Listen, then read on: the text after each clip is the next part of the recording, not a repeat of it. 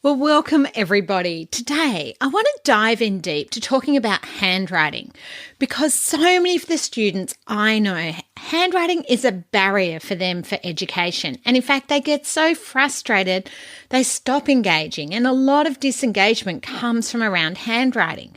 But also over the years, I've seen people go, oh, well, we'll just teach them to type. But that's not always an answer either. For some of my kids, it is. See, handwriting is really complex. And the more we can do to help kids, the bigger difference we can make. If you're seeing an occupational therapist, I highly recommend from a young age you really get them to help you with strategies around handwriting. But handwriting isn't just about pencil grip, even though I'm going to talk about using pencil grips in this podcast. It's actually about being able to track. A lot of my kids, their eyes get tired, actually having to focus and think. And for other kids, by about year 2 or 3, they can write without having to think about the formation of every letter. I mean, over the years, I've had kids who write completely in capitals. I've had kids who write in tiny ant letters. It's all totally perfect. And make sure you listen to the podcast on being, perfect and the fear of making mistakes, because that can impact on handwriting too. Kids who are so worried about having a go. And a lot of it is mindset, or a lot of my kids who see another kid's done a page and they've only done half a page and they feel really disheartened. Over the years, I have found handwriting and writing can be such a barrier.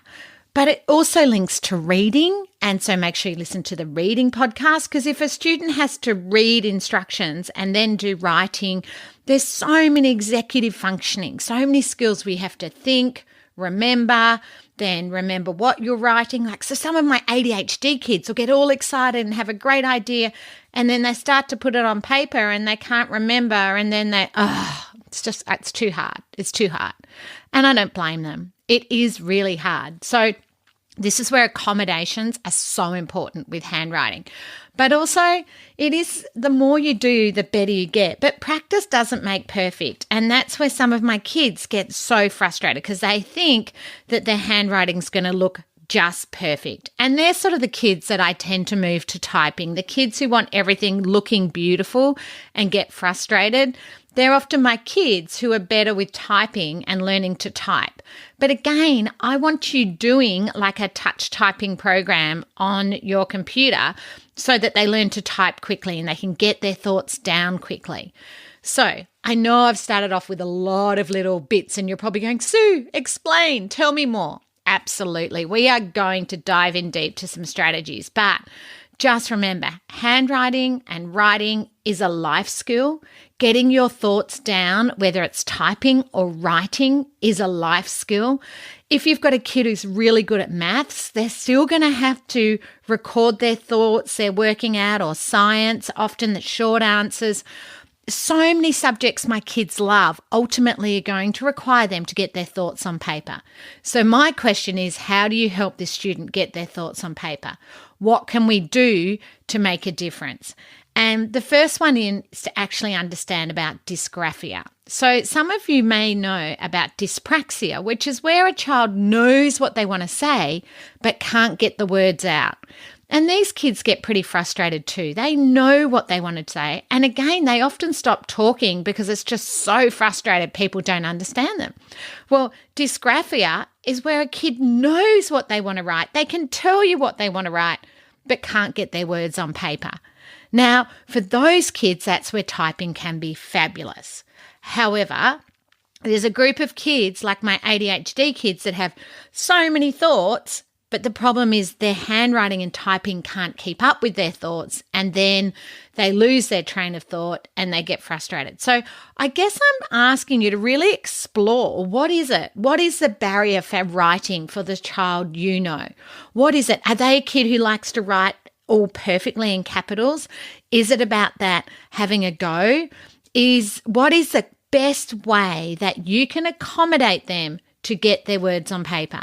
But ultimately, they probably are going to have to do handwriting. Now, when I went to school, handwriting was taught very formally, and we would do our practice. But you really do need to practice handwriting. It is a thing that the more you do, the better you get and the quicker you get. Now, Most schools now don't do traditional handwriting lessons, and I'm not recommending you necessarily do that.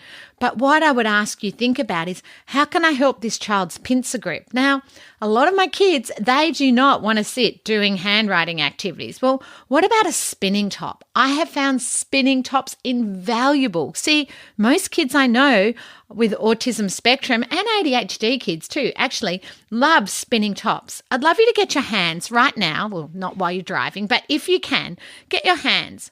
Now, pretend you're on an iPad. Pretend you're doing something on your iPad. My guess is you're just using one finger. Have a look. Think of yourself on an iPad. You just got one finger working. Now pretend you're typing. Oh, you've got a whole lot of fingers working. So can you see that's a different coordination? iPad. But on the iPad, you were having to scan the keyboard, scan the iPad to touch things. The typing, you were typing, not so much scanning, but the scanning required when you're typing is to look from the keyboard up to the screen. That's a scanning skill. And so many people don't realize scanning is required, moving your eyes, looking from the keyboard up to the typing where you're typing. Whereas on the iPad, everything appears under your fingers. And this is why a lot of my kids who are used to iPads get very frustrated with typing. Whereas before we had iPads, a lot of my kids got very good at typing and doing that looking up and down. Now, let's move to holding a pencil. Oh, 3 fingers. Oh, imagine we're having to write something off the board. Wow, we still need to look up, look down. We still need to be able to look what our fingers are doing, and we need to be able to move across the page and scan what we're doing. But we've also got to think about what we're writing and how we form each letter. Whereas on the iPad, we just hit the letter. We don't have to think D goes round, up and down. We don't have to think about the formation. When we're typing, we don't have to think about the formation, only about what we're writing. So can you see these are all very different skills? And this is why, I don't know about you, but the more I type, the worse my handwriting gets. So let's go back to the spinning top. Now, I want you to pretend you're holding a spinning top and spinning it. Imagine you let that spinning top go. Do you need to use all your 3 fingers? Do you need to twist those fingers? When you let the spinning top go, are you scanning? Well, instead of getting a kid to do 5 minutes of handwriting a day, how about you do some spinning tops? That would really help build their strength in their fingers and their scanning skills, but they're not having to think about the formation of letters and what they're writing. So you're still going to have to work on that in other ways.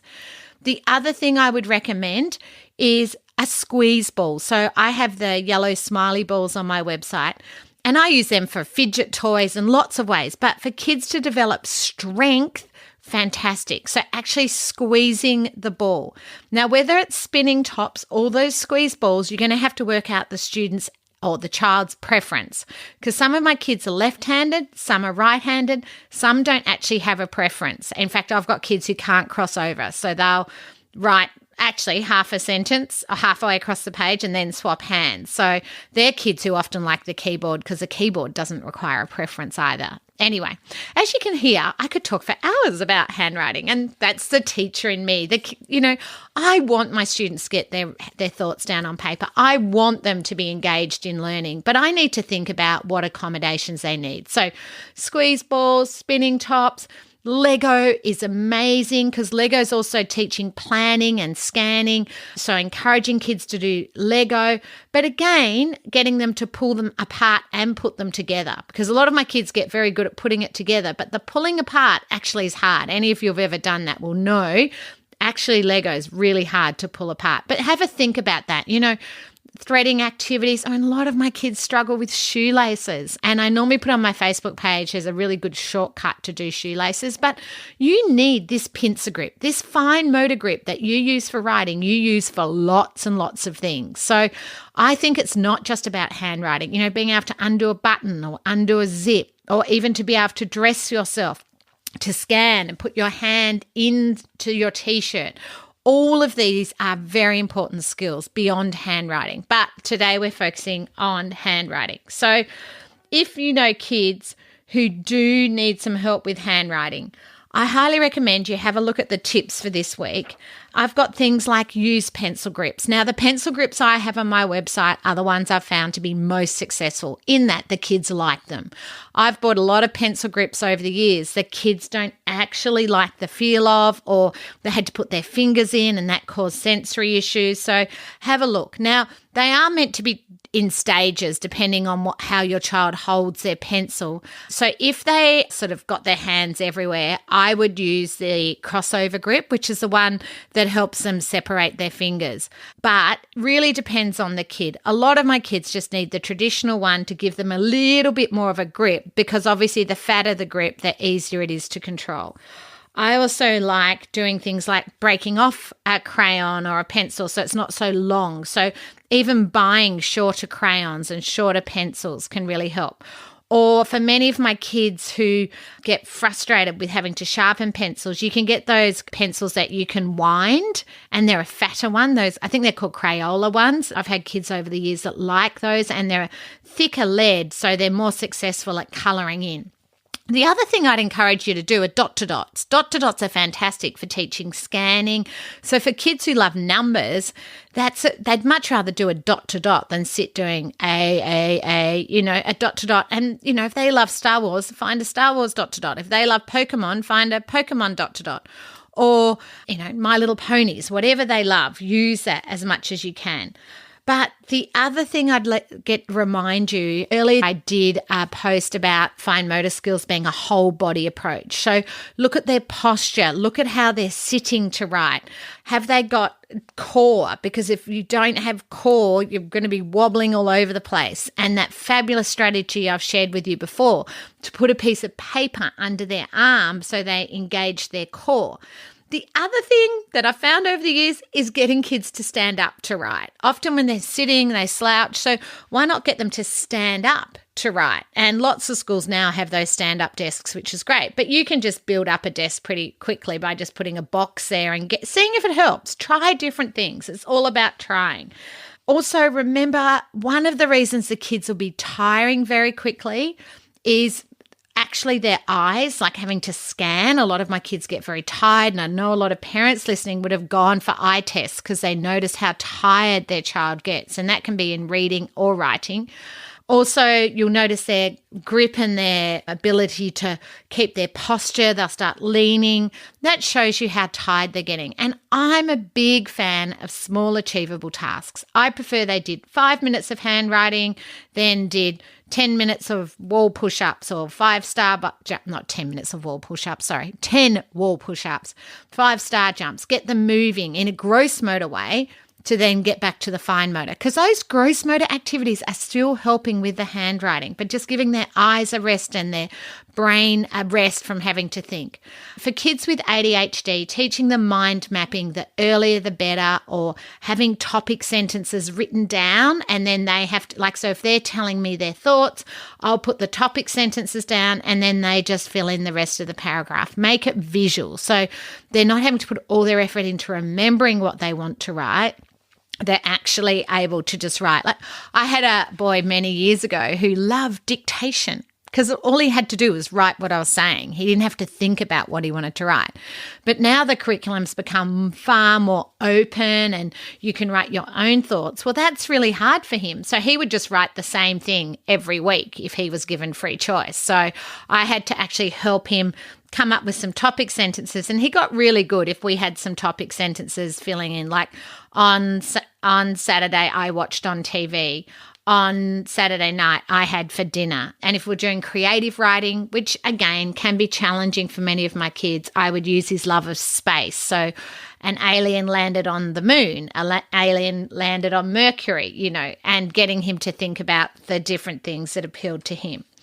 So I hope you've got some good ideas. I highly recommend you do have a look at the blog this week, because although I've talked really fast and given you lots of ideas, just really quick tips with handwriting.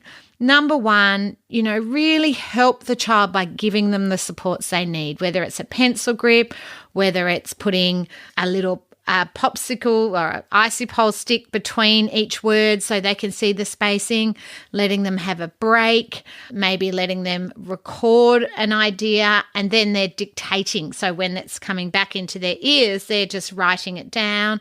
Short, sharp, just short writing activities and a break. So if you've got a 30-minute activity of writing, maybe 10 minutes writing, get up, do a lap of the room, 10 minutes writing, because I find those breaks, remember, preventative breaks. If you've got kids who are super disengaged and frustrated, have a think what you can do to help re-engage them. Is it giving them a pen instead of a pencil? You know, some of my kids are scared of the pencil breaking. Is it letting them use their favorite color? Whatever re-engages them, it is so worth it. So I would love you to take a moment to really have a think what you can do to help this child engage more in handwriting and help them both with their handwriting and their scanning skills. And I guess one of the things I'd like to say today, particularly I know a lot of you are on my online courses at the moment, remember, sometimes you've just got to take action. So I've given you lots of ideas. There isn't one answer. People start Googling and looking up dysgraphia and should I get this child diagnosed with dysgraphia? Have a little read of the blog and what I've described in dysgraphia, but then sort of go, okay, well, they might have dysgraphia, but let's get on and put some strategies in place to support them either way. Or are they a child who has trouble with scanning? Yep. Gut feel says yes. How about I try the spinning tops? Because so many people I know start going down that rabbit hole of research and not actually taking action. Remember, not every strategy works for everybody. And there's a difference between knowing and doing. And I would love you this week to be in action and do some stuff, or talk to the student, talk to the family, notice what they're doing, find out what their frustrations are. Some of my kids are pretty good at telling me what their frustrations are. Or just put yourself in their shoes, sit in their seat in the classroom, pick up their pencil. Is it horrible and covered in blue tack? And, experience learning from them. And I promise you, this is only going to take 5 minutes. I'm not asking you to do an hours of something, just 5 minutes. Have a look at their handwriting, look at what supports are in place, look at what the challenges are. What could we do to make them more engaged in handwriting and more successful? Now, if you're after more tips for handwriting, or for example, if you have a left-hander, I highly recommend you look in my book, The Ultimate Guide to School and Home, on page 69 and 70. It's actually thought up to 30% of kids with autism spectrum are left-handers. In fact, I read a study this week that said 65% are left-handed. So I highly recommend you have a look at those pages. And there's also some really good stuff in here on engaging, disengaged. Sorry, I'm flicking through the book as I talk. But engaging disengaged learners, because if you do have a student who is disengaged because of things like handwriting, there's some really good ideas in this book. And for me, just give it a go. Be in action. Just spend 5 minutes thinking, what can I do to help this student with their handwriting? What would make a difference? What am I going to try this week? I hope that you can share with all of us the things you're going to try. Jump on my Facebook podcast community. I love to hear under the episodes what you've tried or any aha moments. Best of luck. And remember, practice isn't always perfect. What are the supports you can put in place to make a difference to the students you know? Well, I hope you've got some great tips and ideas and thinking about writing more holistically as that whole body. This week's PDF, I have the tips from this podcast as well as my favourite books. Particularly for those of you in the younger years, if you have children coming in, starting school next year, doing some of those whole body activities that are in the Motive Flip book, which you'll see and I love, and I think every school and preschool should have that. I mean, it's written by Sally, who's an OT, and I've had on the podcast before. but setting up those little stations of activities where children can go and actually do those fine motor, gross motor activities that are really good fun, but also learning all those skills that they need, that body stability to actually learn to hold a pencil and do writing. So, and, as I've mentioned, like spinning tops and smiley balls, they're all on my website to make it easy for you. So have a look. There's also the great Getting Your Words on Paper by another great OT. So I highly recommend have a look at the blog this week. Check your emails for my resources and also the tips to take away, and have fun with fine motor, because so many of my children get frustrated. And I think actually just remembering, as Sally said on the podcast, a baby doesn't start by picking up their food. They start by learning to flip over and then crawl. So those gross motor are so important for fine motor. Anyway, you can see I'm very passionate about this, but I just see so many of my students getting so frustrated because they can't get their words on paper.